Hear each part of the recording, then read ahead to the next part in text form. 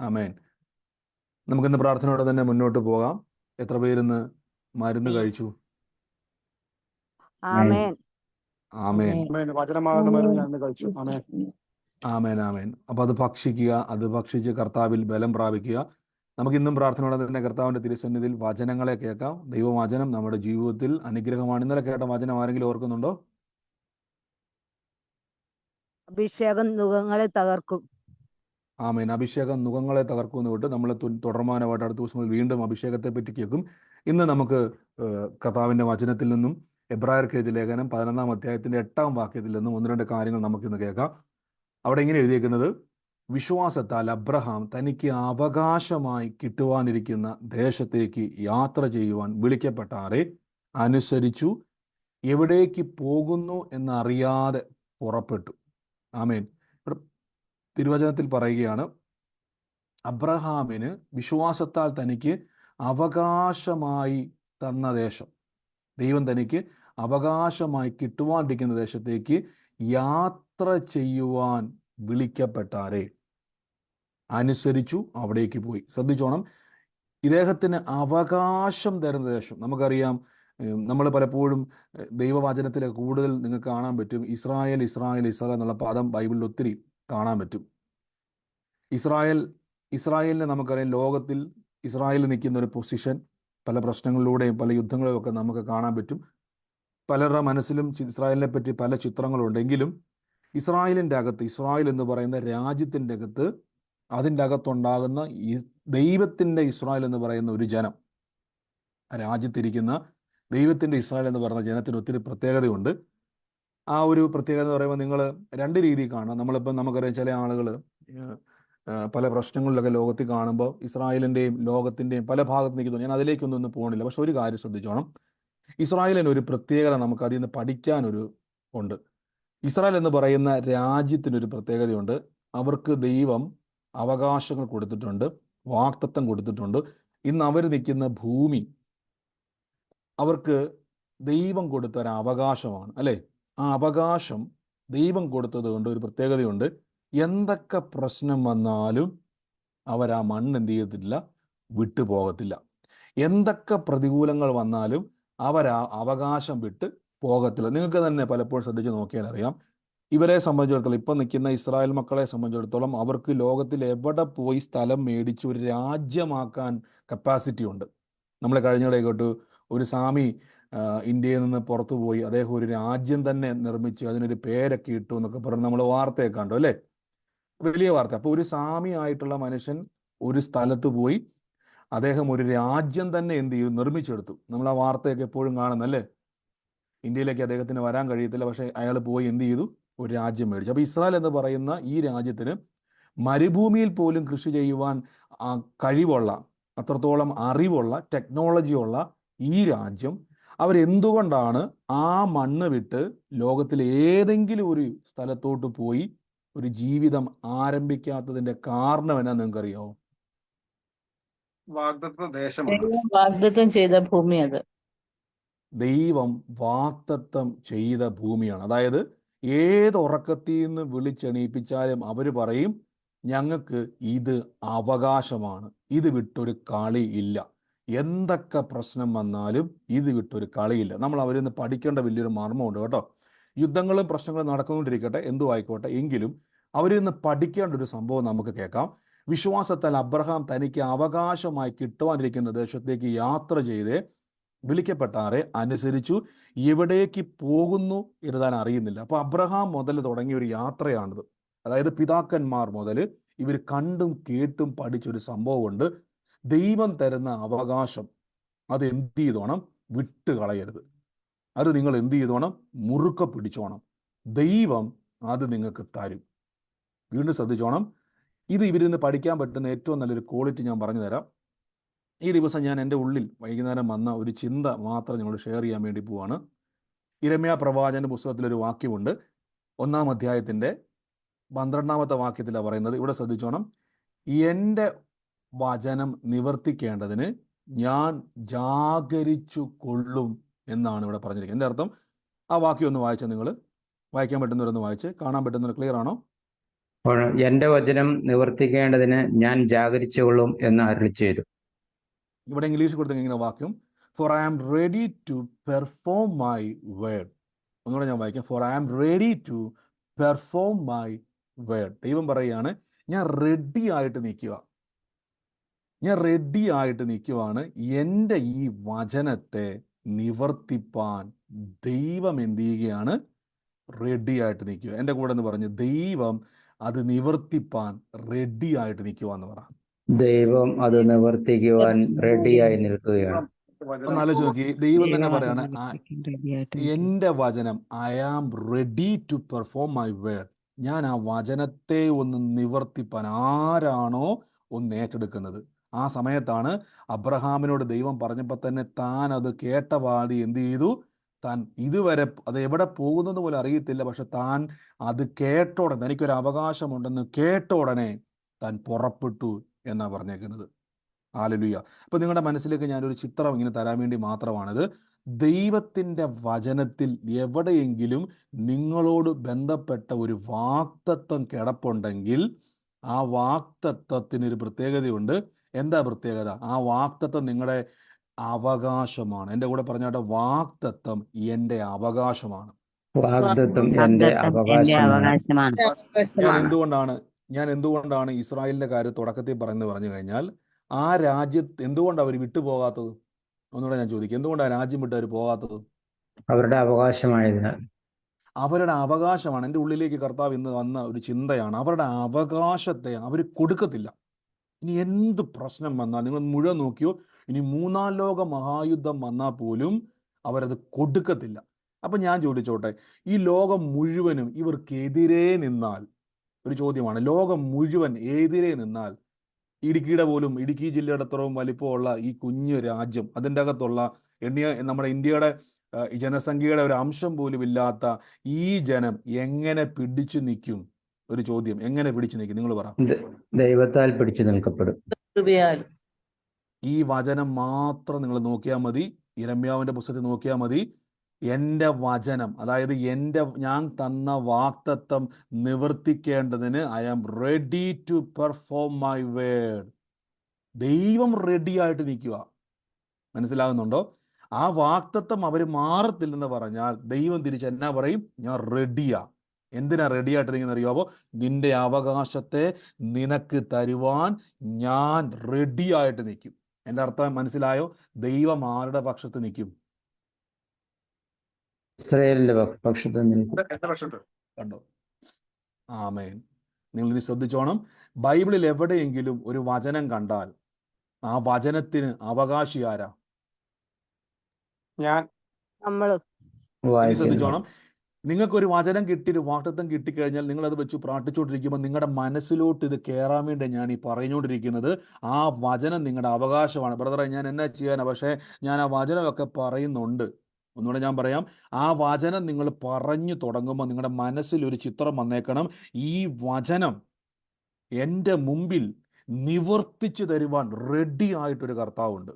പക്ഷെ അബ്രഹാമിനെ പോലെ ഒരു സ്റ്റെപ്പ് എടുത്ത് വെക്കണം. നിങ്ങളൊരു തീരുമാനം എടുത്തോണം, ഇല്ല, ഞാൻ ഈ വചനത്തിൻ്റെ നിവർത്തി കാണും, ഞാൻ ഈ വചനത്തിൻ്റെ അകത്തുള്ള അനുഗ്രഹത്തെ അവകാശമാക്കും. എൻ്റെ കൂടെ പറഞ്ഞോട്ടെ, അവകാശമാക്കും. എൻ്റെ കൂടെ ദൈവം വരുമെന്ന് പറ. ഞാൻ എൻ്റെ വാഗ്ദത്തത്തെ അവകാശമാക്കും, ദൈവം എൻ്റെ കൂടെ വരും. ഞാൻ നിങ്ങളോട് പലപ്പോഴും പറഞ്ഞിട്ടുണ്ട്, ദൈവം എല്ലാത്തിനും കൂട്ടു നിൽക്കത്തില്ല. ദൈവത്തിൻ്റെ ഒരു പ്രത്യേകതയാണ്, ദൈവം എല്ലാത്തിനും കൂട്ടു നിൽക്കത്തില്ല. ദൈവത്തിൻ്റെ ഒരു സ്വഭാവം നിങ്ങൾ പഠിച്ചു കഴിഞ്ഞാൽ, ദൈവം എല്ലാത്തിനും കൂട്ടു നിൽക്കത്തില്ല. പക്ഷെ ദൈവം കൂട്ടു നിൽക്കുന്ന എന്നാണെന്നറിയാവോ? എൻ്റെ വചനം നിവർത്തിക്കേണ്ടതിന് ഞാൻ ജാഗരിക്കും. അപ്പൊ ദൈവം കൂട്ടു നിൽക്കുന്ന എന്തിനു വേണ്ടി മാത്രമേ ഉള്ളൂ? വചനം നിവർത്തിക്കേണ്ടതിന്. ആരാണോ ഈ വചനത്തെ ഏറ്റെടുത്ത് വിശ്വസിച്ച് പറയുന്ന ആൾക്കാർ, അവരുടെ കൂടെ ദൈവം വന്നിരിക്കും. അതുകൊണ്ടാണ് ഇസ്രായേലിനെതിരെ എന്തൊക്കെ പ്രശ്നങ്ങൾ വന്നാലും അവരുടെ ബലവും ധൈര്യം എന്നാന്ന് ചോദിച്ചാൽ, ഈ വാഗ്ദത്തം ഞങ്ങളുടെ പിതാക്കന്മാരോട് ചെയ്ത ദൈവം അത് ഞങ്ങൾക്ക് തന്നിരിക്കും. അത് തരാൻ വേണ്ടി ഇനി എത്ര യുദ്ധങ്ങൾ, എത്ര പ്രശ്നങ്ങൾ, എത്ര പ്രതികൂലങ്ങൾ, ലോകരാജ്യങ്ങൾ മുഴുവൻ എതിരായാലും ഇസ്രായേൽ പറയും, അത് ഞങ്ങളുടെ കൈവശമാക്കി തരുന്നൊരു ദൈവം ഞങ്ങളുടെ കൂടെയുണ്ട്. ആമേൻ. നിങ്ങളുടെ മനസ്സിലിരുന്നോണം. ഇന്ന് എൻ്റെ ഉള്ളിൽ ഇന്ന് എൻ്റെ ഉള്ളിൽ പെട്ടെന്ന് വന്നൊരു കാര്യം, ദൈവത്തിൻ്റെ വാഗ്ദത്തങ്ങൾ നമ്മൾ വായിക്കുന്ന സമയത്ത് ഇത് ഇങ്ങനെ അതങ്ങനെ ആ വാക്ക് ശ്രദ്ധിച്ചാൽ ഐ ആം റെഡി എന്നാ ദൈവം പറ. I am ready. എൻ്റെ കൂടെ പറഞ്ഞ കർത്താവ് റെഡിയാന്ന് പറ. കർത്താവ് റെഡിയാണ്. കർത്താവ് എന്നെ എന്റെ കുടുംബത്തെ ഇനി അനുഗ്രഹിക്കാൻ റെഡിയാണ്. ആമേൻ. ഇനി ശ്രദ്ധിച്ചോണം. ഇനി രോഗസൗഖ്യത്തെ പറ്റി പറയാൻ വേണ്ടി പോവാണ്. ഇത്രയും നിങ്ങൾക്ക് കേട്ടതുകൊണ്ട് നിങ്ങളുടെ മനസ്സിലേക്ക് ആ ചിത്രം വന്നല്ലോ. യെശയ്യാ പ്രവാചക പുസ്തകം 53-ാം അധ്യായത്തിന്റെ 4-5 വാക്യമാണ്, പരിചിതമായ വാക്യമാണ്. സാക്ഷാൽ യേശു നമ്മുടെ രോഗത്തെ വഹിച്ചു, നമ്മുടെ വേദനകളെ ചുമന്നു. നാമോ ദൈവം അവനെ ശിക്ഷിച്ചും ദണ്ഡിപ്പിച്ചും അടിച്ചുമെന്ന് വിചാരിച്ചു, എന്നാൽ അവൻ നമ്മുടെ അതിക്രമം നിമിത്തം മുറിവേറ്റു, എൻ്റെ അകൃത്യ നിമിത്തം തകർന്നിരിക്കുന്നു. എൻ്റെ സമാധാനത്തിനായുള്ള ശിക്ഷ യേശുവിന്റെ മേലായി, കർത്താവിന്റെ അടിപ്പിണരുകളാൽ എനിക്ക് എന്ത് വന്നിരിക്കുന്നു? സൗഖ്യം വന്നിരിക്കുന്നു.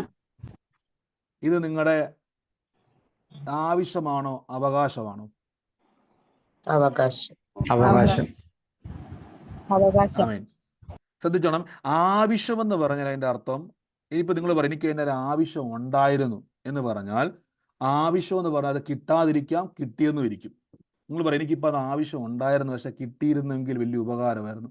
പക്ഷെ അവകാശം എന്ന് പറഞ്ഞാൽ അതിന്റെ അർത്ഥം എന്തുവാ? കിട്ടുമോ ഇല്ലയോ എന്നുള്ളതാണോ? കിട്ടും.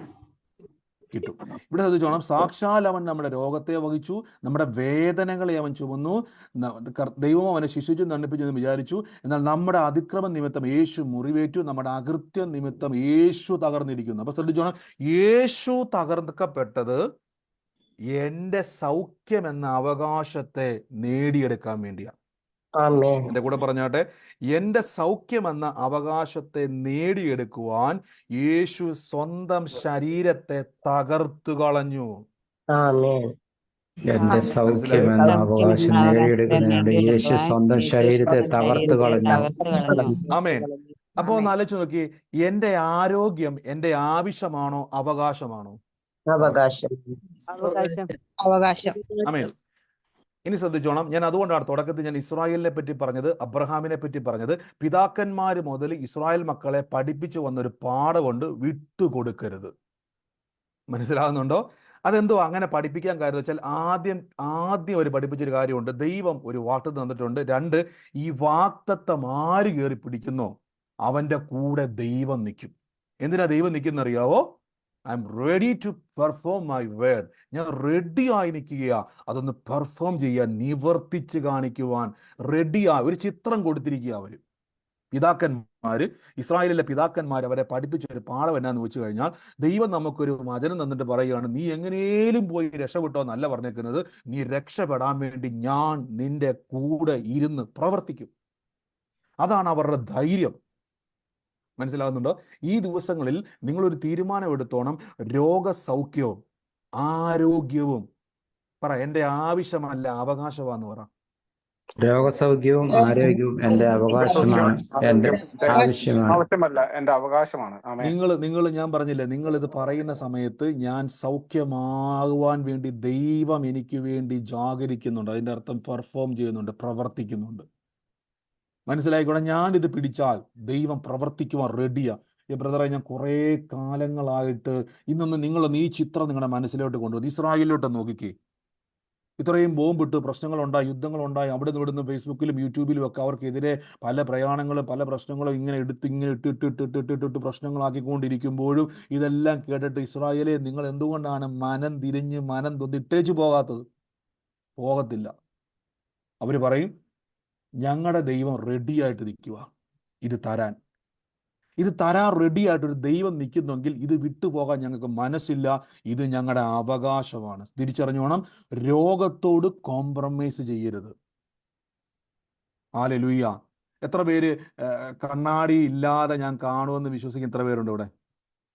ആമേൻ.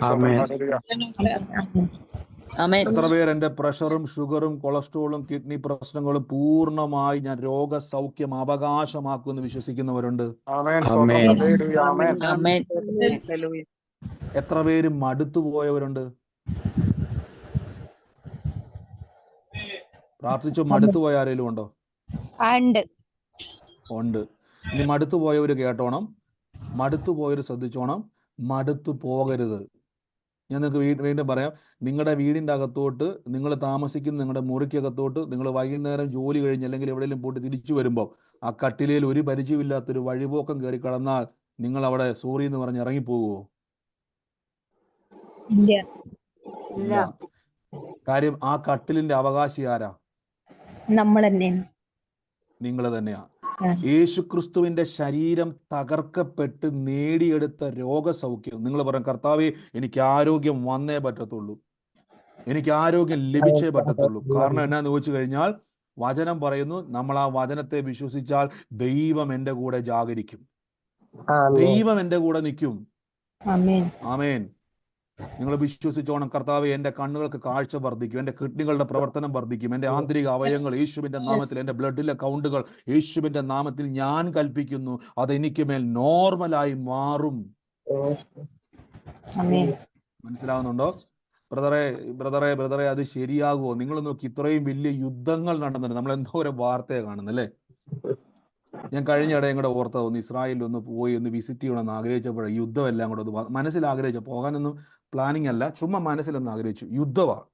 എന്നാലും നമ്മളൊന്ന് പോകാൻ ആഗ്രഹിക്കാൻ പോലും നമുക്ക് പേടി, ഭീകര അന്തരീക്ഷം അവിടെ അല്ലേ. ഇപ്പം അത് കുറഞ്ഞു, എന്നാലും മാറിയിട്ടൊന്നുമില്ല, ഇപ്പോഴും കുറഞ്ഞിട്ടില്ല.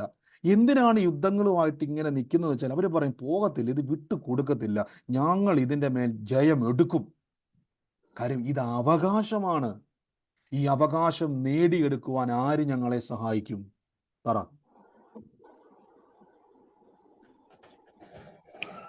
ആര് സഹായിക്കും? മനസ്സിലാക്കിക്കോണം. നിങ്ങളൊരു വചനം പറഞ്ഞ് പ്രാർത്ഥിക്കുന്ന സമയത്ത് നമ്മുടെ അകത്ത് ധൈര്യം ചോർന്നു പോകുമ്പോൾ, നമ്മുടെ അകത്ത് സങ്കടങ്ങൾ വരുമ്പോൾ, നമ്മുടെ അകത്ത് പ്രയാസങ്ങൾ വരുമ്പോൾ, നിങ്ങൾ മറക്കരുത്, ഈ വചനത്തിന്റെ ഉടമസ്ഥൻ എൻ്റെ കൂടെ നിന്ന് ഈ വചനത്തിൽ എന്നെ സാക്ഷി ആക്കി മാറ്റും. ഹല്ലേലൂയ. ഈ മൈൻഡ് സെറ്റപ്പ് ഉള്ളത് കൊണ്ടാണ് ഇസ്രായേലിന് അവിടെ നിന്ന് ഓടാൻ പറ്റാത്തത്. മനസ്സിലാകുന്നുണ്ടോ?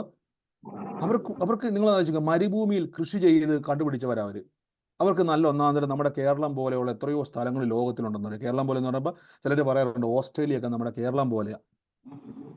ലോകത്തിൽ അങ്ങനെ നല്ല എത്രയോ സ്ഥലങ്ങളുണ്ട്, എത്രയോ നല്ല നല്ല മനോഹരമായ സ്ഥലമുണ്ട്. അതാ ഞാൻ പറഞ്ഞത്, കുറെ കാലം മുമ്പ് ഈ കഴിഞ്ഞിടയ്ക്ക് നമ്മൾ വാർത്ത, ഇന്ത്യയിൽ ഒരു സ്വാമി, അയാളുടെ പേര് ഞാൻ മറന്നുപോയി, അയാൾ എന്ത് ചെയ്തു, അമേരിക്കയുടെ ഏതോ ഒരു ഭാഗത്ത് പോയി കുറേ സ്ഥലം മേടിച്ച് ഒരു രാജ്യം സ്ഥാപിച്ച് അയാൾ അവിടെ വലിയ രാജാവിനെ പോലെ ഒരു പാസ്പോർട്ടൊക്കെ ഇഷ്യൂ ചെയ്ത് വലിയ ആളായിട്ടിരിക്കുക പുള്ളി. അപ്പം അയാൾക്കത് പറ്റുമെങ്കിൽ, ഇന്ത്യയിലൊരു പിടികിട്ടാ പുള്ളിയായി പ്രഖ്യാപിച്ച ആ മനുഷ്യൻ അത് പറ്റുമെങ്കിൽ, ഈ ലോകത്തെ മുഴുവൻ ശക്തമായി നിൽക്കുന്ന രാജ്യങ്ങളിൽ ഒന്നായി ഇസ്രായേലിന് എത്ര അധികം പറ്റും. പക്ഷെ എന്താ പോകാത്തത്? പോകത്തില്ല. അവർ പറയും ദൈവം റെഡി ആയിട്ട് നിൽക്കുന്നിടത്തോളം കാലം ഞങ്ങൾ ഇതിൻ്റെ മേൽ ജയം കാണും. നിങ്ങളുടെ മനസ്സിൽ എപ്പോഴും കുറിച്ചോണം, ഒരു വചനം കേൾക്കുമ്പോൾ ആ വചനം നിങ്ങൾ കയറി പിടിച്ചാൽ ദൈവത്തിനൊരു പ്രത്യേകതയുണ്ട്, കൂടെ നിൽക്കും. ദൈവം നമ്മളെ ഉന്തുന്ന ദൈവമല്ല, പകരം ആ വചനത്തെ മുറുക്കെ പിടിക്കുന്നവൻ പറയണം, കർത്താവേ ദൈവം എൻ്റെ അവകാശമാണ് എൻ്റെ ആരോഗ്യം. എൻ്റെ കൂടെ പറയാം, എൻ്റെ അവകാശമാണ് എൻ്റെ ആരോഗ്യം. എന്റെ അവകാശമാണ് എന്റെ ആരോഗ്യം. ഓർത്തോണം, കണ്ണാടി വെക്കുന്നത് കൊണ്ട് ചിലർ പറയും കണ്ണാടി വെക്കുന്നതുകൊണ്ട് തെറ്റൊന്നുമില്ല. കണ്ണാടി വെക്കുന്നതിന്റെ അർത്ഥം എന്തുവാ? കണ്ണാടി വെക്കുന്നതിന്റെ അർത്ഥം എന്തുവാ? കാഴ്ച കുറവാന്നുള്ളത്. കാഴ്ച കുറവാന്നുള്ളതാ അല്ലേ? നമ്മുടെ ശരീരത്തിന്റെ അകത്ത് എന്തെങ്കിലും ഒരു ബുദ്ധിമുട്ട് വരുമ്പോൾ എന്താ അതിന്റെ അർത്ഥം? ശരീരം വീക്ക് ആയിക്കൊണ്ടിരിക്കുക അല്ലേ? വീക്ക് ആയിക്കൊണ്ടിരിക്കുക. യേശുവിന്റെ മുറിവിനാൽ നിങ്ങൾക്ക് എന്തുണ്ട്? യേശുവിന്റെ ശരീരം തകർത്തിട്ടാണ്, ഒന്നോർത്ത്, യേശുവിന്റെ ബോഡി തകർക്കുക. നമുക്കറിയാം, അതെപ്പോഴും നമ്മൾ പറയുന്നല്ലേ, ചാട്ടവാറ് കൊണ്ട് കർത്താവിന്റെ ശരീരം മാറി മാറി മാറി മാറി അടിച്ചു മുറിവേൽപ്പിച്ചിട്ടാണ് യേശു നമുക്ക് എന്ത് നേടിത്തന്നത്? നേടിത്തന്നത് സൗഖ്യം. സൗഖ്യം. നിങ്ങൾ ഇത് തെറ്റിദ്ധരിക്കരുത്, ശ്രദ്ധിച്ചോണ്ട് തെറ്റിദ്ധരിക്കരുത്. നമ്മൾ കണ്ണാടി വെക്കുമ്പോൾ അതിൻ്റെ അർത്ഥം എൻ്റെ കാഴ്ച കുറഞ്ഞുകൊണ്ടിരിക്കുന്നു, അല്ലെങ്കിൽ എന്തെങ്കിലും നമ്മുടെ ഏത് ശരീരത്തിൻ്റെ ഏത് ബുദ്ധിമുട്ടായിക്കോട്ടെ, അത് നമ്മൾ ഏതെങ്കിലും രീതിയിൽ നമ്മളത് അഡ്ജസ്റ്റ് ചെയ്യുമ്പോൾ ഈ നേടി തന്നത് ശരിക്കും ആർക്കാ? എനിക്ക്. നിങ്ങളല്ലേ അതിന്റെ അവകാശി. സ്വന്തം ശരീരത്തിലോട്ട് കൈ വെച്ചിട്ട് പറ, കർത്താവ് എനിക്ക് ആരോഗ്യം വേണം. ആരോഗ്യം വേണം. അല്ലെങ്കിൽ കർത്താവ് ഈ ബൈബിളിൽ നീ വചനത്തെ മാറ്റണം. തമ്പുരാൻ പറയും ഞാനിത് മാറ്റത്തില്ല. കർത്താവ് പറയും ആകാശം മാറിയാലും ഭൂമി മാറിയാലും എന്ത് ചെയ്യത്തില്ല? എന്റെ വചനം എന്റെ വാക്കുകൾ മാറിപ്പോകില്ല. ആ അപ്പൊ കർത്താവ് പറയാണ്, ഞാൻ എന്ത് ചെയ്യത്തില്ല, ആകാശം മാറില്ല ഭൂമി മാറിലും എന്റെ വചനം മാറത്തില്ല. ശ്രദ്ധിച്ചോണം, മാറത്തില്ല, മാറ്റത്തില്ല. അപ്പൊ ദൈവത്തിന്റെ ഒരു സ്വഭാവം കണ്ടോ? തമ്പുരാൻ പറയുന്നു, യേശുവിന്റെ മുറിവിനാൽ എനിക്ക് ആരോഗ്യം വന്നിരിക്കുന്നു എന്നുള്ള വചനം കർത്താവ് പറയുകയാണ്. ഇനി ആരൊക്കെ തലകുത്തി മറിഞ്ഞാലും ഞാൻ മാറ്റത്തില്ല. നമ്മൾ പറയാ, എൻ്റെ കണ്ണാടിയുടെ പവർ ഞാൻ കൂട്ടാൻ പോവാ. ഞാൻ പറഞ്ഞത് ശ്രദ്ധിച്ചോണം, തെറ്റിദ്ധരിക്കപ്പെടരുത്. നിങ്ങൾ ഇന്നു മുതൽ നിങ്ങളുടെ ശരീരത്തെ ഒന്ന് പരീക്ഷിക്കണം. നിങ്ങളുടെ ശരീരത്തെ പരീക്ഷിക്കുക എന്ന് പറഞ്ഞത് തെറ്റിദ്ധരിക്കരുത്. പരീക്ഷിക്കുക എന്നുള്ള വാക്ക് തെറ്റാ കേട്ടോ. നിങ്ങളുടെ ശരീരത്തിൻ്റെ മേലേക്ക് നിങ്ങളൊന്ന് പറ, കർത്താവേ, അങ്ങയുടെ വചനത്തിൽ പറയുന്ന ആരോഗ്യം എൻ്റെ ശരീരത്തിൽ വേണം. അതാ എൻ്റെ അവകാശം. എൻ്റെ കൂടെ പറ, ആരോഗ്യമാണ് എൻ്റെ അവകാശം എന്ന് പറ. ആരോഗ്യമാണ് എന്റെ അവകാശം. ആരോഗ്യമാണ് എന്റെ അവകാശം. ആരോഗ്യമാണ് എന്റെ അവകാശം. നിങ്ങൾ ശ്രദ്ധിച്ചോ, ഞാൻ എന്തുകൊണ്ടാണ് എപ്പോഴും നമ്മൾ ഈ രോഗസൗഖ്യത്തെ പറ്റി പറയുമ്പോൾ നമ്മുടെ ഉള്ളിലേക്ക് ആ ഉറപ്പ് കയറണം. നമ്മളിൽ നടക്കുന്ന ദൈവപ്രവർത്തികൾ നടക്കുമ്പോൾ പലപ്പോഴും നമ്മൾ ഏതെങ്കിലും ഒരു രോഗം വരുമ്പോൾ നമ്മൾ എന്ത് ചെയ്യുന്നറിയാവോ? ഞാൻ ചോദിച്ചോട്ടെ, ഗുളിക കിട്ടാത്തൊരവസ്ഥ വന്ന് നിങ്ങൾ എന്നാ ചെയ്യും? കോവിഡ് കാലത്ത് നമുക്ക് മനസ്സിലായി. കോവിഡ് കാലത്ത് മെഡിക്കൽ സ്റ്റോറുകാരനോ നമുക്ക് പറയാം, മരുന്ന് കിട്ടുന്നൊരു സിറ്റുവേഷൻ വന്നു, മരുന്ന് കിട്ടാത്ത സിറ്റുവേഷൻ വന്നു. ഇങ്ങനെയൊക്കെ ഒരു സിറ്റുവേഷൻ വന്നാൽ നിങ്ങൾ എന്ത് ചെയ്യും? ഇനി ലോകത്തിൽ അങ്ങനെയൊക്കെ സിറ്റുവേഷൻ വരും. ഇതൊന്നും ലഭിക്കാൻ കഴിയാത്തൊരു കാലഘട്ടം. ഒന്ന് ചിന്തിച്ചേ. ഇത് ഞാൻ ഇങ്ങനെ പറയാം, ഇതൊന്നും കാശ് കൊടുത്ത്, ഇപ്പൊ നമുക്കറിയാം, പണ്ട് നമ്മൾ മേടിച്ചുകൊണ്ടിരുന്ന ആന്റിബയോട്ടിക് ഒക്കെ ഇപ്പൊ പഴയ വിലക്ക് കിട്ടുമോ? ഇല്ല, കിട്ടത്തില്ല. ഇല്ല. നിങ്ങളുടെ വരുമാനത്തിൽ വല്ല കൂടുതലും വന്നിട്ടുണ്ടോ ഇപ്പം? ഇല്ല. ഇല്ല. നമ്മുടെ വരുമാനം കൂടിയിട്ടും ഇല്ല, പക്ഷെ മരുന്നിന് വിലയും കൂടി. ഇനി ലോകത്തിൽ ഇത് കൂടിക്കൊണ്ടേയിരിക്കും. കാര്യം ലോകത്തിൽ രോഗികൾ കൂടിക്കൊണ്ടേയിരിക്കും. നാളെ ചിലപ്പോൾ നിങ്ങൾ അധ്വാനിച്ചുണ്ടാക്കിയ പൈസയ്ക്ക് ചിലപ്പം ഇത് മേടിക്കാൻ പറ്റാത്തൊരവസ്ഥ വന്നാൽ നിങ്ങൾ എന്ത് ചെയ്യും? അന്ന് നിങ്ങൾക്ക് ചിലപ്പം സങ്കടപ്പെടും. കർത്താവേ, ഇന്നും മുതലൊന്ന് പ്രാക്ടീസ് ചെയ്തേ. കർത്താവേ, ആരോഗ്യം എന്നുള്ളത് എൻ്റെ യേശു ശരീരം തകർത്ത് എനിക്ക് നേടിത്തന്നതാ. ആമേൻ. സ്വന്തം കണ്ണെ കൈവച്ചിട്ട് പറ, യേശുവിന്റെ നാമത്തിൽ ഞാൻ കണ്ണാടി ഇല്ലാതെ വായിക്കാൻ പോവുക. സ്വന്തം ശരീരത്തിൽ കൈവച്ചിട്ട് പറ, എൻ്റെ 2 കിഡ്നികളും എൻ്റെ ആന്തരിക അവയവങ്ങളും എൻ്റെ ബ്ലഡിലെ കൗണ്ടുകളും യേശുവിൻ്റെ നാമത്തിൽ ഞാൻ ആരോഗ്യമാകാൻ പോവുക. യേശു എനിക്ക് എപ്പോഴും പറഞ്ഞു, യേശു തകർത്തത് എൻ്റെ ആരോഗ്യത്തിന് വേണ്ടിയാ. യേശുവിൻ്റെ ശരീരം തകർക്കപ്പെട്ടത് എൻ്റെ ആരോഗ്യത്തിന് വേണ്ടിയാ. യേശുവിൻ്റെ ശരീരം തകർക്കപ്പെട്ടത് ഞാൻ ദീർഘായുസോടെ ദിവ്യ ആരോഗ്യത്തോടെ ഇരിക്കേണ്ടതിനാ. ഇങ്ങനെ നിങ്ങൾ പറയുമ്പോൾ എന്താ സംഭവിക്കുന്നറിയാവോ? ഒരാൾ വരും. ആരാ വരുന്നത്? യിരെമ്യാ പ്രവാചന പുസ്തകം വായിച്ചതുപോലെ, എൻ്റെ വചനം നിവർത്തിക്കേണ്ടതിന്. അപ്പൊ ആരുടെയാണ് ഈ വചനം മൊത്തം? കർത്താവിന്റെ, യേശുവിന്റെ. അപ്പൊ കർത്താവ് പറയാണ്, എൻ്റെ വചനം. കർത്താവ് നോക്കി, എൻ്റെ വചനം ഇപ്പൊ എവിടെയാണെന്നറിയാവോ? ഇപ്പൊ എവിടെയാ എൻ്റെ വചനം? തമ്പുരാൻ ഇങ്ങനെ നോക്കൂ, ആരുടെ അടുത്താ എൻ്റെ വചനം? നിങ്ങളിലുണ്ടോ കർത്താവിന്റെ വചനം? നിങ്ങളുടെ അടുത്തുണ്ട്. ഇപ്പൊ തോമസ് പറയാ, ഇപ്പൊ ദൈവം നോക്കുമ്പോൾ തോമസ് വേറിനകത്ത് കർത്താവ് നോക്കുക, എൻ്റെ വചനം എവിടെയാ? തോമസ് വേർ പറഞ്ഞുകൊണ്ടിരിക്കുക. കർത്താവ് എന്നറിയോ? അങ്ങനെയെങ്കിൽ കർത്താവ് പറയും, അത് നിവർത്തിക്കേണ്ടതിന് ഞാൻ വ്യാപരിക്കും. വലിയ ടെൻഷനുണ്ടോ നമുക്ക്? അപ്പൊ ദൈവം തന്റെ സ്റ്റാൻഡ് പറയുകയാണ്, എൻ്റെ വചനം ആരെടുത്തു വെക്കുന്നു, ഞാൻ അവർക്ക് വേണ്ടി എൻ്റെ വചനം, അതാ എടുത്തു പരിശോധിച്ചോണം, I am ready to perform my word. ഞാൻ റെഡിയാ. ഞാൻ വാക്കാ ഇഷ്ടപ്പെട്ടത്. തമ്പുരാൻ പറയുവാണ്, ഞാൻ റെഡിയാ. ഇപ്പൊ കർത്താവ് പറയാ, ഞാൻ നോക്കട്ടെ എന്ന ബൈബിളിൽ പറഞ്ഞിരുന്നെങ്കിൽ നമ്മൾ പ്രതീക്ഷയ്ക്ക് വലിയ വകയില്ല. പ്രാർത്ഥിച്ചു നോക്കാം. പക്ഷെ ഇവിടെ കർത്താവ് നോക്കട്ടെ എന്നല്ല പറഞ്ഞത്. പിന്നെ എന്നാ പറഞ്ഞേക്കുന്നത്? I am ready. അതിന്റെ അർത്ഥം എന്താ? റെഡി എന്ന് എൻ്റെ അർത്ഥം എന്തോ? ഐ ആം റെഡി എന്ന് എൻ്റെ അർത്ഥം എന്തോ? ഞാൻ തയ്യാറാണ്. നിവർത്തിക്കേണ്ടതിന് ഞാൻ ജാഗരിച്ചോളൂ എന്ന് പറഞ്ഞാൽ, എനിക്ക് സത്യം പറഞ്ഞാൽ ജാഗരിക്കുക എന്നുള്ള വാക്ക് ആദ്യം പെട്ടെന്ന് മനസ്സിലാവും. അതുകൊണ്ടാണ് ഞാൻ പെട്ടെന്ന് ഇംഗ്ലീഷിലേക്ക് നോക്കിയത്. എനിക്ക് പെട്ടെന്ന് മനസ്സിലായി കേട്ടോ. നിങ്ങൾക്ക് അറിയായിരിക്കും ചിലപ്പോൾ ആ വാക്ക് ജാഗരിക്കുക എന്നൊക്കെ പറയുമ്പോൾ. പക്ഷെ ഇംഗ്ലീഷിലേക്ക് വന്നപ്പോൾ കറക്റ്റ് കിട്ടി. I am ready to perform my word. ഞാൻ റെഡിയാണ് അത് നിവർത്തിപ്പാൻ. അപ്പോൾ ആലോചിച്ച്, ദൈവം തൻ്റെ സ്റ്റാൻഡ് വെളിപ്പെടുത്തി. അപ്പൊ ഞാൻ കർത്താവേ, സാരമില്ല, കണ്ണാടി വെച്ചാലും എനിക്ക് കാണാം, ഇപ്പൊ ഇച്ചിരി വേദന ഉണ്ടെങ്കിലും കുഴപ്പമില്ല, തമ്പുരാൻ ഒന്നും ചെയ്യത്തില്ല. കർത്താവ് പറയും, ഓക്കെ, പക്ഷെ ഒരാൾ അപ്പുറത്തിരുന്നൊരു മാറിപ്പോയി, കർത്താവ് എനിക്ക് നല്ല വേദനയുണ്ട്, എനിക്ക് നല്ല ബുദ്ധിമുട്ടുണ്ട്, നല്ല സങ്കടമുണ്ട്, നല്ല പ്രയാസമുണ്ട്, എങ്കിലും എൻ്റെ യേശു എനിക്ക് വേണ്ടി തകർക്കപ്പെട്ടിട്ട് എനിക്ക് ആരോഗ്യം വന്നേ പറ്റത്തുള്ളൂ, എൻ്റെ ശരീരത്തിന് മേലെ ആരോഗ്യം വന്നേ പറ്റത്തുള്ളൂ, എൻ്റെ ശരീരത്തിന് മേലെ ആ കർത്താവ്, ഇത് കേൾക്കുമ്പോൾ ദൈവം അങ്ങോട്ട് ചാടി ഇറങ്ങും. അതാണ് ഇസ്രായേലിൻ്റെ കൂടെ ദൈവം നിൽക്കുന്നത്. അല്ലാതെ അവർ മിടുക്കന്മാരായിട്ടൊന്നുമല്ല. നമുക്കറിയാം അവരുടെ സ്വഭാവം വെച്ച് നോക്കിയാൽ ഒരു രക്ഷയില്ല, അല്ലേ? പക്ഷേ അവരുടെ അടുക്കൽ ദൈവം നിൽക്കുന്നതിന്റെ കാര്യം കർത്താവിന്റെ വചനം അവരുടെ ഇരിക്കുക. ദൈവത്തിന്റെ വചനം വെച്ചുകൊണ്ട് അവർ ഈ പറയുന്നത് മുഴുവനും. മനസ്സിലാകുന്നുണ്ടോ? അവർ നോക്കി, ഈ ലോകത്തിൽ ഈ പറയുന്ന പോലെ ഒന്നും വലിയ സുന്ദരമായ സ്ഥലമൊന്നും അല്ലത്. കേരളത്തിന്റെ അത്രയും പോലും സൗന്ദര്യമൊന്നും ഇല്ല. ഈ പറയുന്ന പോലെ ഒരു സൗന്ദര്യമില്ല. മരുഭൂമിയാ, പകുതി സ്ഥലവും മരുഭൂമിയാ, അല്ലേ? നിങ്ങൾ എൻ്റെ ഗൂഗിൾ മാപ്പിലേക്കായിട്ട് നോക്കിയാൽ മതി. ഭയങ്കര വലിയ എന്താ പറയുന്നത്, ഏദൻ തോട്ടം പോലെ മനോഹരമായ സ്ഥലമൊന്നും ആണോ? അല്ല. ഇസ്രായേലിൽ പോയ ആരെങ്കിലും നമ്മുടെ പ്രാർത്ഥനയിലുണ്ടോ? ഇസ്രായേലിൽ പോട്ടെ, മിഡിൽ ഈസ്റ്റിൽ പോയ ഏകദേശം അല്ല അതുപോലെ. മിഡിൽ ഈസ്റ്റിൽ ഉള്ള ആരെങ്കിലും ഉണ്ടോ? ഈ ഈ ഇസ്രായേലൊക്കെ ഏകദേശം ഒരേപോലെ ഇരിക്കുന്ന സ്ഥലമല്ലേ,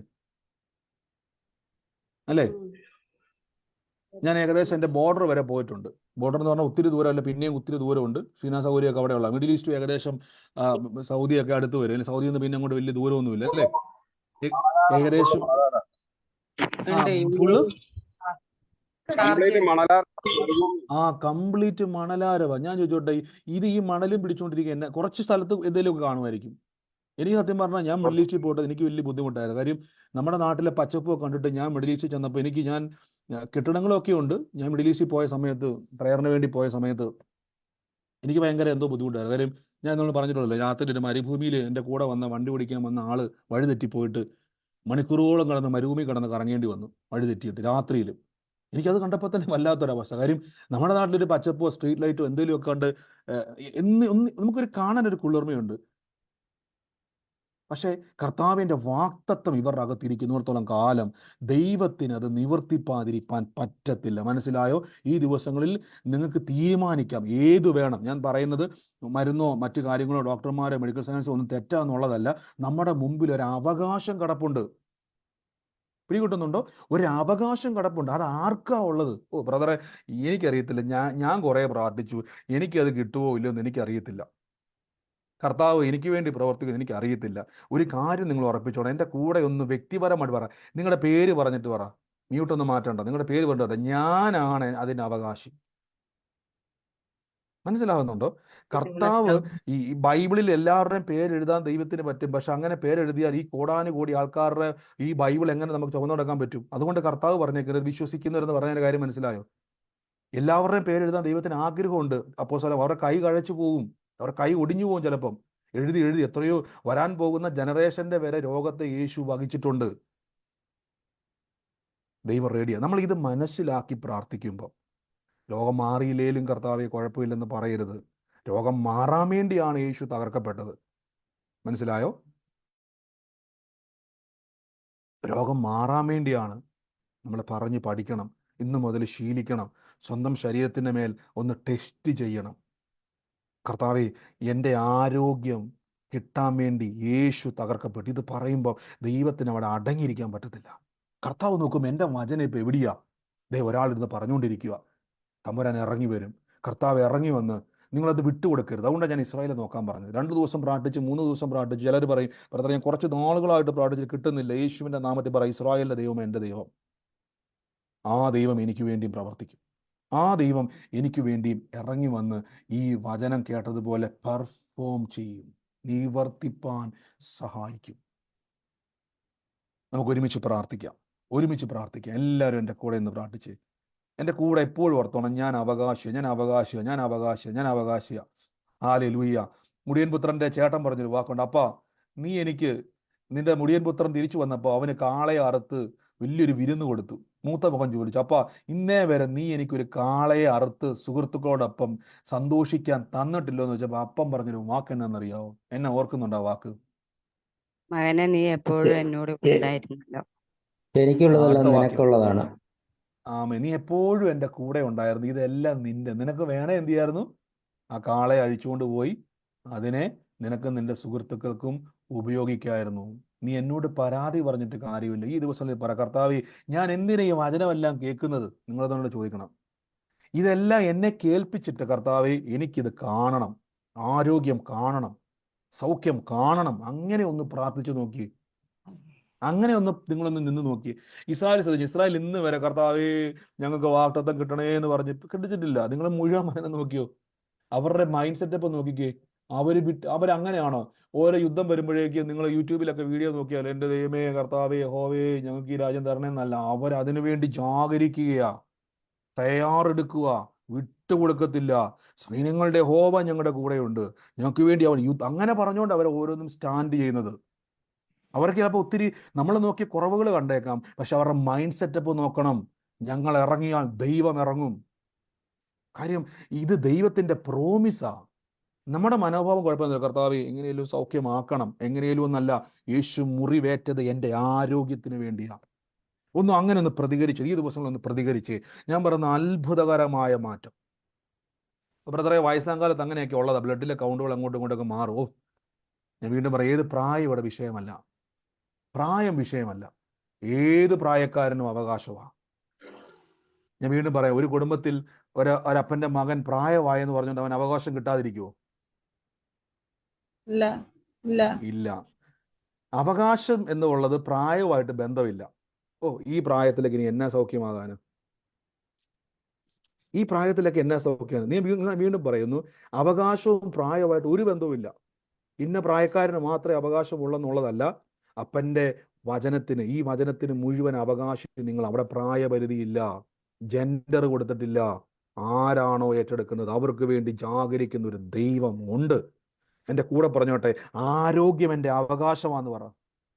ആരോഗ്യം എന്റെ അവകാശം വെച്ചിട്ട് പറയാം, ആരോഗ്യം എൻ്റെ അവകാശമാണ്, ആരോഗ്യം എൻ്റെ അവകാശമാണ്. ആവശ്യമല്ല, അവകാശമാണ്. ആരോഗ്യം എന്റെ അവകാശമാണ്. ആ കിഡ്നിയോടൊക്കെ പറ, ആ ഹാർട്ടിനോട് പറ, ആ ബ്ലഡിനോട് പറ, ആ കൗണ്ടിനോട് പറ, ആ ലിവറിനോട് പറ, ആ പാൻക്രിയാസിനോട് പറ, അസ്ഥിയോട് പറ, ഞരമ്പിനോട് പറ. നീ കേക്ക്, സൗഖ്യവും ആരോഗ്യവും എൻ്റെ അവകാശം. നിനക്ക് എൻ്റെ മേൽ ഇരിക്കാൻ കഴിയത്തില്ല. ഞാൻ ആദ്യം പറഞ്ഞില്ലേ, നിങ്ങളുടെ വീടിൻ്റെ അകത്ത് ആവശ്യമില്ലാത്ത ഒരുത്തം കയറി വന്ന് ബെഡ്റൂമിൽ കട്ടിലേ കയറി കിടന്നാൽ അപ്പം തന്നെ നിങ്ങൾ ചൂലെടുത്തവനെ അടിച്ചിറക്കത്തില്ലേ? വിശ്വാസിയാന്ന് പറഞ്ഞുകൊണ്ട് നിങ്ങൾ അവിടെ നിന്നൊരു ബൈബിള് വായിക്കുവോ? ഏതോ പിടിച്ചുപറിക്കാരനോ കൊലപാതകയോ കള്ളനോ വന്ന് നിങ്ങളുടെ ബെഡേ കയറി പുതച്ചു മൂടി കടന്നു കഴിഞ്ഞാൽ നിങ്ങൾ അവിടെ നിന്നുകൊണ്ട് ബൈബിളും വായിച്ചുകൊണ്ട് പ്രാർത്ഥിച്ചുകൊണ്ടിരിക്കുവോ? നിങ്ങൾ അപ്പം തന്നെ ചാടി എന്ത് ചെയ്യും? ഒച്ച വെച്ച് ആളെ കൂട്ടി അവനെ വലിച്ച് എന്ത് ചെയ്യും? പുറത്തേക്ക് എറിയും. കാരണം എന്നറിയാവോ? ആ കട്ടിലിൽ കിടക്കേണ്ട അവകാശി നിങ്ങളാണ്. ഇനി അവൻ എത്ര കടന്ന് ബഹളം വെച്ചാലും നിങ്ങൾ അവനോട് പറയുക, എന്നാ നീ അവിടെ കടന്നു എന്ന് പറയുവോ? അങ്ങനെയെങ്കിൽ പ്രിയരെ, ഞാൻ പറയുന്നു, രോഗത്തോട് കോംപ്രമൈസ് ചെയ്യരുത്. അതിനോട് പറയണം, നിനക്ക് എൻ്റെ മേൽ ഇരിക്കാൻ കഴിയത്തില്ല, നീ പുറത്ത് പോയേ പറ്റത്തുള്ളൂ. അങ്ങനെ പ്രാർത്ഥിക്കണം. നീ ഇവിടെ എനിക്ക് ആരോഗ്യം വന്നേ പറ്റത്തുള്ളൂ, നീ ഇവിടെ നിന്ന് ഇറങ്ങിപ്പോയേ പറ്റത്തുള്ളൂ. യേശുവിൻ്റെ നാമത്തിൽ ഞാൻ പറയുന്നു, എൻ്റെ കൂടെ എൻ്റെ ദൈവം ഇറങ്ങി വന്ന് എനിക്ക് വേണ്ടി പ്രവർത്തിക്കും. അങ്ങനെ ഒന്ന് പ്രാർത്ഥിച്ചേ. അത് പ്രാർത്ഥനയല്ല കേട്ടോ. പ്രാർത്ഥന വേറെ, അവകാശം വേറെ. നമ്മളെല്ലാം കൂടെ മിക്സ് ചെയ്തേക്ക്. കർത്താവേ എന്നെ ഒന്ന് രക്ഷിക്കണം. തമ്പുരാൻ പറയും, ഞാൻ നിനക്ക് അതാ അപ്പം പറഞ്ഞ മുടിയമ്പുത്രൻ്റെ അപ്പം പറഞ്ഞ വാക്ക് എന്താണെന്നറിയോ? ഇതെല്ലാം നിന്റേതായിരുന്നു, നിനക്ക് കാളെ അറുത്ത് കഴിക്കായിരുന്നല്ലോ. ആമേൻ. അതുകൊണ്ട് അങ്ങനെ ചോദിക്കാൻ വരരുത്. ഈ ദിവസങ്ങളിൽ പറഞ്ഞോണം, എനിക്ക് എൻ്റെ അവകാശം വേണം. എൻ്റെ കൂടെ പറയും, എനിക്ക് എൻ്റെ അവകാശം വേണമെന്ന് പറയാം.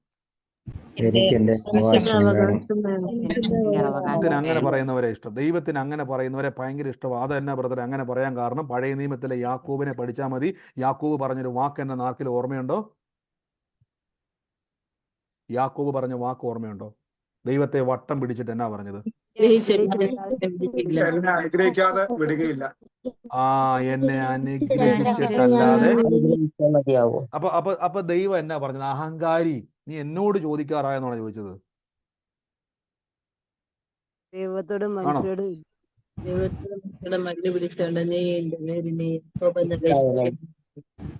നീ ആരാണ്? ഇസ്രായേലാകുന്നു. ഇപ്പൊ മനസ്സിലായി എന്താണ് ഇസ്രായേൽ എന്ന് അർത്ഥം?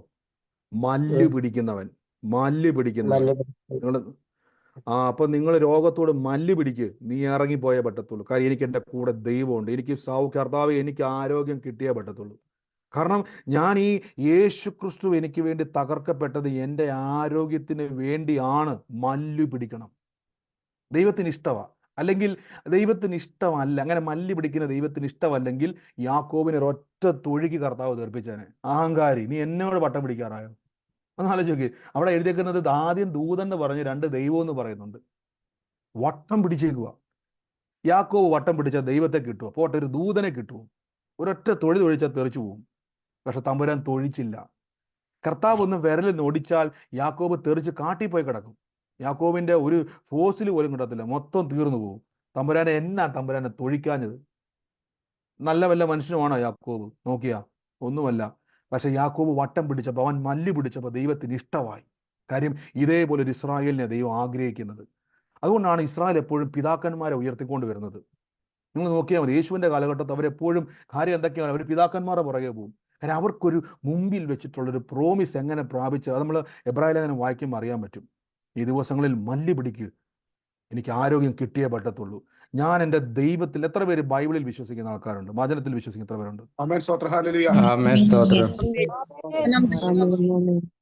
ആമേൻ. അങ്ങനെയെങ്കിൽ വചനത്തിൽ വിശ്വസിക്കുന്നവരാ നിങ്ങളെങ്കിൽ ഇന്നു മുതൽ തീരുമാനം എടുത്ത, കർത്താവെ വചനത്തിൽ പറഞ്ഞത് എനിക്ക് കണ്ടേ പറ്റത്തുള്ളൂ. അപ്പൊ ചിലർ പറയും, അയ്യോ അങ്ങനെയൊന്നും ദൈവത്തോട് പറയരുത് കേട്ടോ, ദൈവത്തിന് ഇഷ്ടമല്ല. ഞാൻ ആദ്യം തന്നെ അങ്ങനെയാണ് ദൈവം ആദ്യം ഈ ഭൂമിയിൽ നിന്ന് മായ്ക്കേണ്ടത് ഇസ്രായേലിനും യാക്കോബിനെയൊക്കെയാ. അങ്ങനെയാണെങ്കിൽ നിങ്ങൾ പറയും, കർത്താവെ ഞാൻ എൻ്റെ ദൈവത്തിൻ്റെ വചനത്തിലാണ് വിശ്വസിക്കുന്നത്, എനിക്ക് ഈ വചനത്തിൽ ഞാൻ വിശ്വസിക്കുമ്പോൾ എനിക്ക് ഈ വചനത്തിൽ എഴുതപ്പെട്ടത് കണ്ടേ പറ്റത്തുള്ളൂ. കാര്യം എൻ്റെ യേശു എനിക്ക് വേണ്ടി തകർക്കപ്പെട്ടത് എൻ്റെ ആരോഗ്യത്തിന് വേണ്ടിയാണ്. അങ്ങനെ നിങ്ങളൊന്ന് പറയുമ്പോൾ എന്നാ സംഭവിക്കുന്നറിയാവോ? നിങ്ങൾക്കറിയാൻ പറ്റും, ഒരു ജാഗരിക്കുന്ന ദൈവം. I am ready to perform my word എന്നാണ് പറഞ്ഞത്. റെഡിയായി ഇറങ്ങി വരുന്ന ഒരു ദൈവം. കർത്താവിന് അങ്ങനെ ചെയ്യുന്നവരെ ഇഷ്ടം. അതുകൊണ്ടാണ് യേശു വന്നപ്പോൾ ശ്രദ്ധിച്ചിട്ടുണ്ടോ, കർത്താവ് ഏറ്റവും കൂടുതൽ പുകഴ്ത്തിയത് ഈ കർത്താവിൻ്റെ ശിഷ്യന്മാരെ ഒന്നുമല്ല, വഴിയെ പോയ ശതാധിപനെയും ശമരിയ സ്ത്രീനെയും അവിടെ വന്ന രക്തസ്രാവക്കാരി, നിന്റെ വിശ്വാസം വലുത്, ഇസ്രായേലിൽ പോലും ഞാൻ ഇത്രയും വലിയ വിശ്വാസം കണ്ടിട്ടില്ലെന്ന് അവര് യോഹന്നാനെ നോക്കിയോ പത്രോസിനെ നോക്കിയോ അല്ല പറഞ്ഞത്.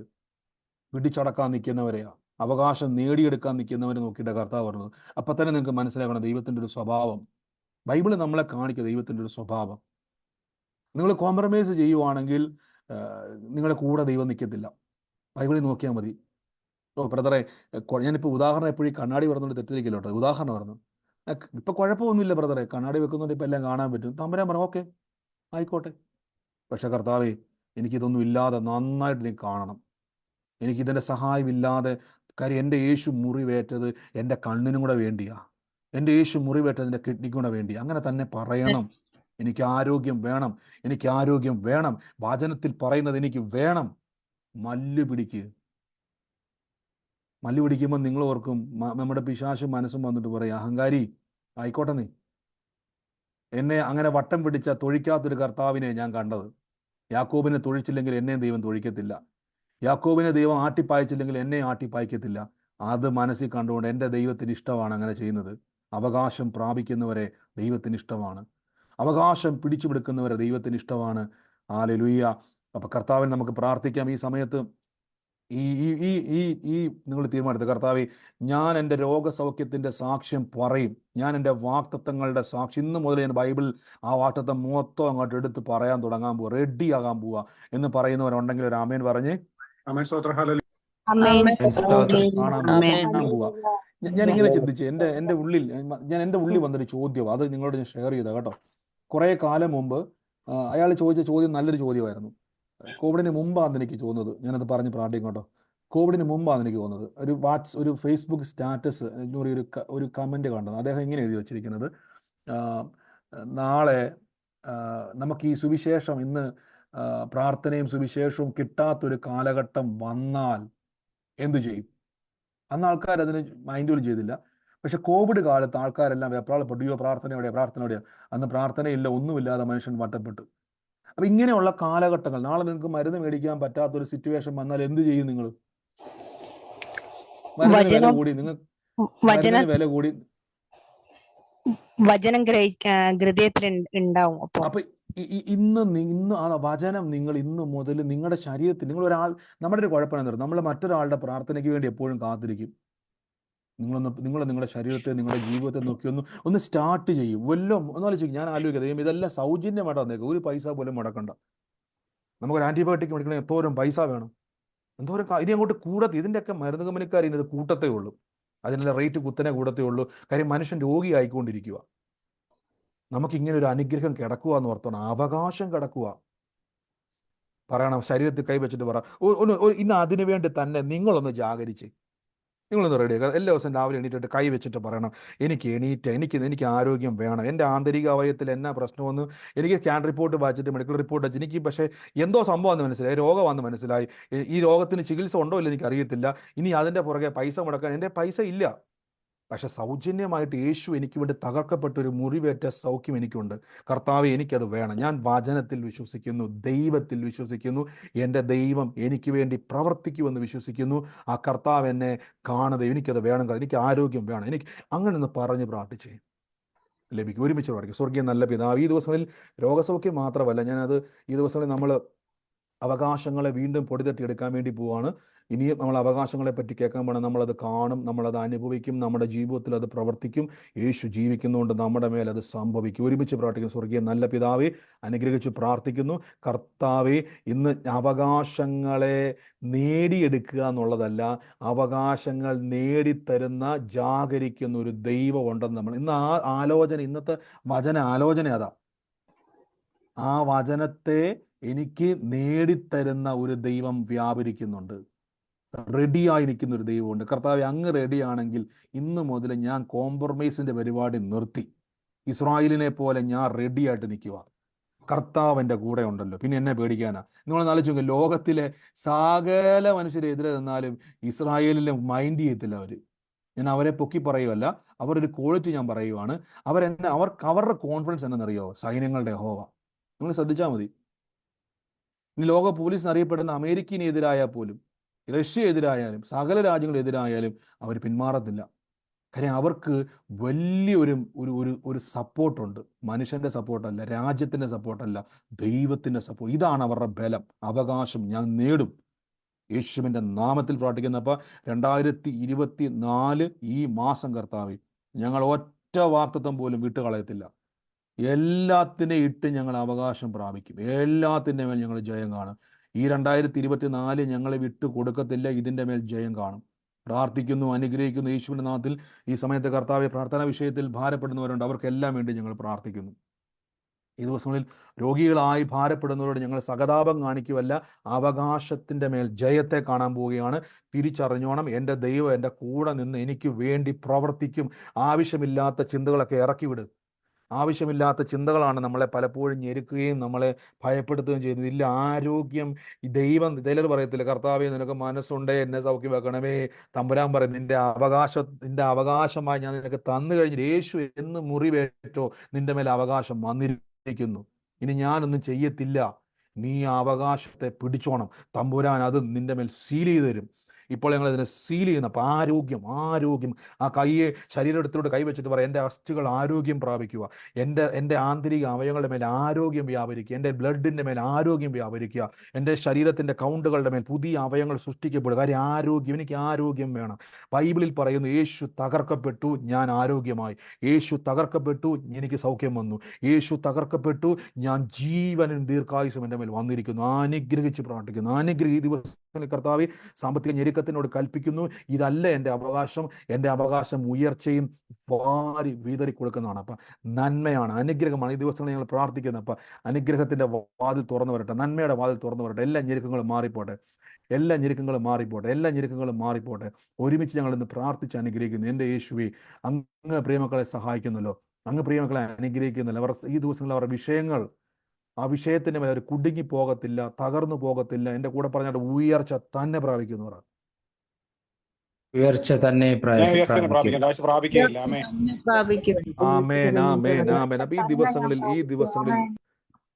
ഈ ദിവസങ്ങളിൽ കോംപ്രമൈസ് ചെയ്യരുത്. ഈ ദിവസം നിങ്ങളുടെ ശരീരത്തെ ചെക്ക് ചെയ്യണം. പിന്മാറരുത്. എൻ്റെ കൂടെ പറഞ്ഞാൽ, ഞാൻ ഇനി പിന്മാറത്തില്ലെന്ന് പറ. എൻ്റെ അവകാശത്തെ ഞാൻ കാണുമെന്ന് പറ. ഞാൻ ഇനി പിന്മാറത്തില്ല, എൻ്റെ അവകാശത്തെ ഞാൻ കാണും. ഇനി ഇങ്ങനെ വേണം നിങ്ങൾ പറയാൻ. കർത്താവേ, ഈ വചനത്തിൽ എഴുതിയത് എനിക്ക് വേണം. ഇത്രയേ ഉള്ളൂ പ്രാർത്ഥന. ഇത്രയും പറഞ്ഞാൽ മതി. ഇതെനിക്ക് വേണം. കാര്യം എൻ്റെ ദൈവം കള്ളം പറയത്തില്ല. എൻ്റെ ദൈവം കള്ളം പറയത്തില്ലെങ്കിൽ അനാവശ്യമായി കയറിയിരിക്കുന്ന രോഗം ഇറങ്ങിപ്പോയേ പറ്റത്തുള്ളൂ. എനിക്ക് അവകാശം, എൻ്റെ ആരോഗ്യം. യേശു എനിക്ക് വേണ്ടി, ഏത് പറഞ്ഞോണം, യേശു എനിക്ക് വേണ്ടി. ഇതാണ് എൻ്റെ ബലം. ദൈവം എന്നിൽ പ്രവർത്തിക്കണമെങ്കിൽ എന്ത് വേണം? ഒരു വചനം വേണം.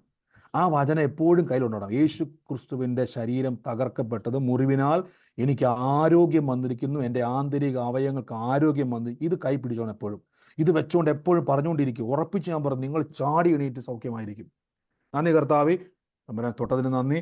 യേശുവിൻ്റെ നാമത്തിൽ തന്നെ നമുക്ക് പ്രാർത്ഥനയോടെ തന്നെ മുന്നോട്ട് പോകാം. ഈ സമയത്ത് ആർക്കെങ്കിലും സാക്ഷ്യം പറയാനുണ്ടെങ്കിൽ പറയാം. നമ്മൾ പ്രഖ്യാപനങ്ങൾ ഏറ്റു പറയാൻ വേണ്ടി പോവാണ്. ഉള്ളവർ ആരെങ്കിലും ഉണ്ട് പറഞ്ഞാട്ടെ. ആരുമില്ല എന്ന് ഞാൻ വിശ്വസിക്കുന്നു. നമുക്ക് ഒരുമിച്ച് കർത്താവിൻ്റെ സന്നിധിയിൽ വിശ്വാസ പ്രഖ്യാപനങ്ങളെ ഏറ്റുപറയാം. ഈ ദിവസങ്ങളിലെ വചനങ്ങൾ നിങ്ങളുടെ ജീവിതത്തിൽ മറക്കരുത്, മുറുക്കെ പിടിച്ചോണം. എൻ്റെ കൂടെ പറഞ്ഞാട്ടെ, ഞാൻ മുറുക്കെ പിടിക്കുമെന്ന് പറ. ഞാൻ പിതാവിന്റെ വചനത്തെ മുറുക്കെ ഞാൻ മുറുക്കെ പിടിക്കും കർത്താവിന്റെ വചനങ്ങൾ. ഞാനത് കാണുമെന്ന് പറ. ഇസ്രായേലിനെ പോലെ ഞാൻ കാണുമെന്ന് പറ. കർത്താവിന്റെ വാഗ്ദത്തങ്ങൾ ഞാൻ എൻ്റെ ജീവിതത്തിൽ കാണും. ആമേൻ. അപ്പൊ ഈ ദിവസങ്ങളിൽ അങ്ങനെ വേണം നമ്മളൊന്ന് മൈൻഡ്. അപ്പം നമ്മുടെ മനസ്സിനെ തളർത്തുന്ന പല ചിന്തകൾ, പല വിഷയങ്ങൾ പലതും കൊണ്ടുവരുമ്പോൾ ബലപ്പെടേണ്ടത് ദൈവവചനത്തിൽ തന്നെ ആയിരിക്കണം. നിങ്ങൾ ഉറക്കെ പറയണം, കർത്താവേ എനിക്ക് കർത്താവിൻ്റെ ആരോഗ്യം വേണം. ഒന്ന് വാശി പിടിക്കുന്നതിന് ഒരു കുഴപ്പമില്ല കേട്ടോ, ഒരു തെറ്റുമില്ല. എനിക്ക് ദാരിദ്ര്യമല്ല എൻ്റെ അവകാശം, സമ്പന്നത, എനിക്ക് ഫിനാൻഷ്യൽ ബ്രേക്ക് ത്രൂ വേണം. കാര്യം വചനത്തിൽ അങ്ങനെ പറയുന്നത്, യേശു ദരിദ്രനായത് ഞാൻ സമ്പന്നനാകാൻ വേണ്ടിയാണ്. എനിക്കത് കാണണം കർത്താവേ. ഇതെൻ്റെ അഹങ്കാരമല്ല, എൻ്റെ അവകാശമാണ്. ഒന്നുകൂടെ ഞാൻ പറയാം, എൻ്റെ അഹങ്കാരമല്ല, എൻ്റെ അവകാശമാണ്. അത് നേടിത്തരുന്നത് ദൈവമാണ്. പേടിക്കണ്ട, ദൈവം റെഡിയാ. ഇങ്ങനെ പറയുന്നവർക്ക് വേണ്ടിയാണ് ദൈവം പ്രവർത്തിക്കുന്നത്. കരയുന്നവർക്ക് വേണ്ടിയല്ല, പറയുന്നവർക്ക് വേണ്ടിയാണ്. നമുക്ക് ഒരുമിച്ച് വിശ്വാസ പ്രഖ്യാപനത്തെ ഏറ്റു പറയാം. സൗണ്ടുകളെ മ്യൂട്ട് ചെയ്താട്ടെ. നിങ്ങൾ ആയിരിക്കുന്ന സ്ഥലത്തിരുന്നുകൊണ്ട്